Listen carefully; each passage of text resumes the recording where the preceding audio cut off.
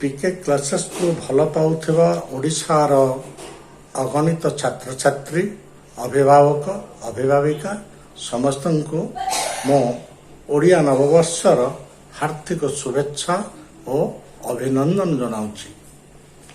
ଓଡ଼ିଆ ନବବର୍ଷ ଏପ୍ରିଲ 14 ତାରିଖ ନୁହଁ, ଆମର ତିଥି ଅନୁଯାୟୀ ମହାବିଷୁବ ସଂକ୍ରାନ୍ତିକୁ ଓଡ଼ିଆ ନବବର୍ଷ ଭାବରେ ପାଳନ କରାଯାଏ।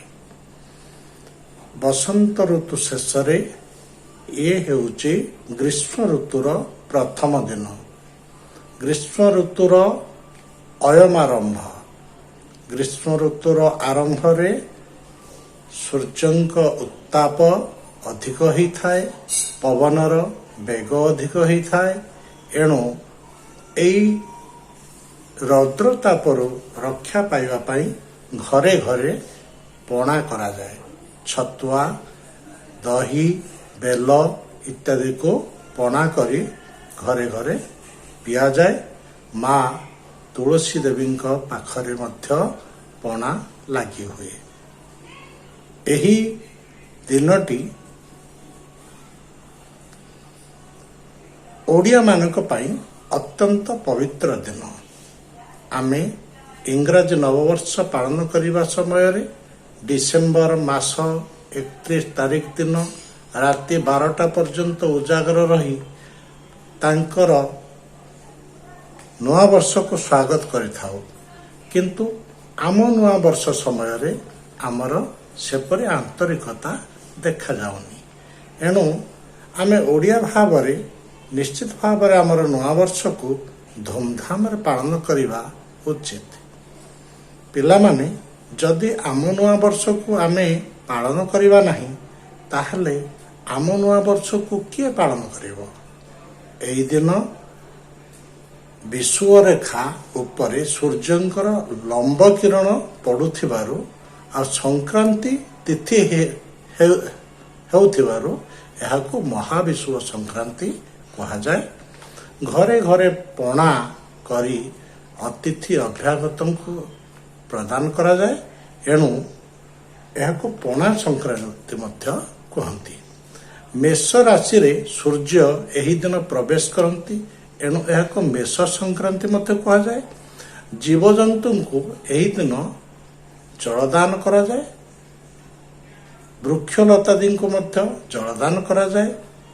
ଆଉ ତୁଳସୀ ମାତାଙ୍କ ଉପରେ ଗୋଟିଏ ମାଠିଆ ରଖି ତାକୁ କଣା କରି ଜଳ ଯେମିତି ବୁନ୍ଦା ବୁନ୍ଦା ହୋଇ ତୁଳସୀ ମାତାଙ୍କ ଉପରେ ପଡ଼ିବ ଆଉ ରୌଦ୍ର କଷ୍ଟରୁ ସିଏ ରକ୍ଷା ପାଇବେ, ସେ ପ୍ରକାର ବ୍ୟବସ୍ଥା ମଧ୍ୟ କରାଯାଇଥାଏ।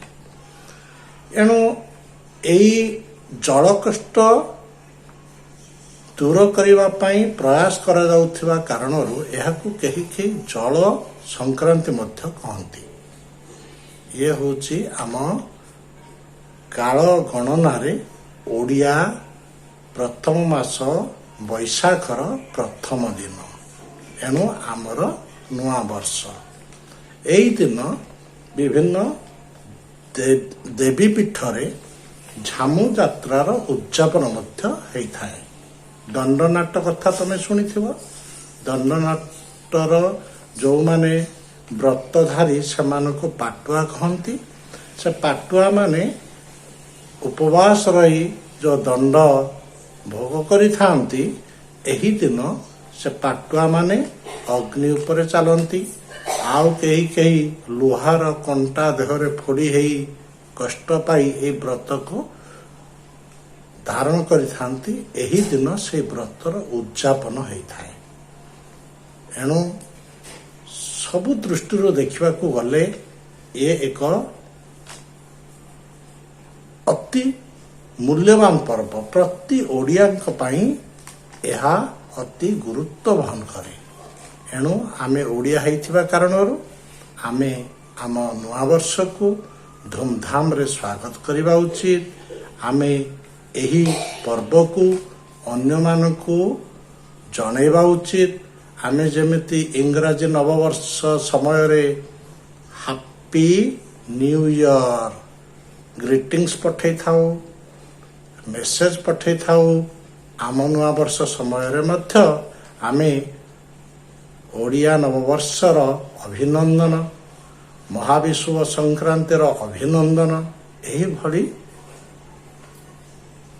ଆମେ ସମସ୍ତଙ୍କ ପାଖକୁ ଲିଖିତ ଭାବରେ ବି ପଠାଇ ପାରିବା, ଆଉ ମୋବାଇଲ ଯୁଗରେ ଆମେ ମେସେଜ ବି କରିପାରିବା। ଆଉ ଗୋଟିଏ ବଡ଼ କଥା ଏଇ ଦିନ ସହିତ ଯୋଡ଼ି ହେଇଯାଇଛି, ସେ ହେଉଛି ରାମ ଭକ୍ତ ହନୁମାନଙ୍କ ଜୟନ୍ତୀ। ହନୁମାନ ଜୟନ୍ତୀ, ହନୁମାନ ହେଉଛନ୍ତି ସର୍ବଶ୍ରେଷ୍ଠ ସେବକ, ଭଗବାନ ରାମଙ୍କର ସର୍ବଶ୍ରେଷ୍ଠ ସେବକ। ଦାସ ଭକ୍ତିର ଚରମ ନିଦର୍ଶନରେ ସେ ପହଞ୍ଚାଇ ପାରିଛନ୍ତି। ସେ ଭଗବାନଙ୍କର ଏମିତି ଜଣେ ଭକ୍ତ ଯିଏ ନିଜକୁ ଭଗବାନଙ୍କର ଦାସ ଭାବରେ ସମର୍ପଣ କରିଦେଇଛନ୍ତି। ଦେଖ, ଭଗବାନ ଯେତେବେଳେ କୃଷ୍ଣ ରୂପ ଧାରଣ କରିଥିଲେ ସେ ସମୟରେ ଅର୍ଜୁନଙ୍କୁ କହିଲେ, ଅର୍ଜୁନ ତୁମେ ଯୁଦ୍ଧ କର, କାରଣ ଭଗବାନ ଚାହୁଁଛନ୍ତି। ସେତେବେଳେ ଅର୍ଜୁନ କହିଲେ, ତମେ କେମିତି ଜାଣିଲ ଯେ ଭଗବାନ ଚାହୁଁଛନ୍ତି? ନା ମୁଁ ଭଗବାନ। ଅର୍ଜୁନ କହିଲେ, ତମେ ତୁମର ସଖା, ତମେ ଯଦି ଭଗବାନ ମୋତେ ଟିକେ ବିଶ୍ୱରୂପ ଦେଖାଅ। ଭଗବାନ ବିଶ୍ୱରୂପ ଦେଖେଇଲେ, ତାପରେ ଅର୍ଜୁନଙ୍କ ମୋହଭଙ୍ଗ ହୋଇଥିଲା, ଅର୍ଜୁନ ଯୁଦ୍ଧ କରିଥିଲେ। ଏଣୁ ତମେ କୋଉଠି ଅର୍ଜୁନ ମନ୍ଦିର ଦେଖିବାକୁ ପାଉନ।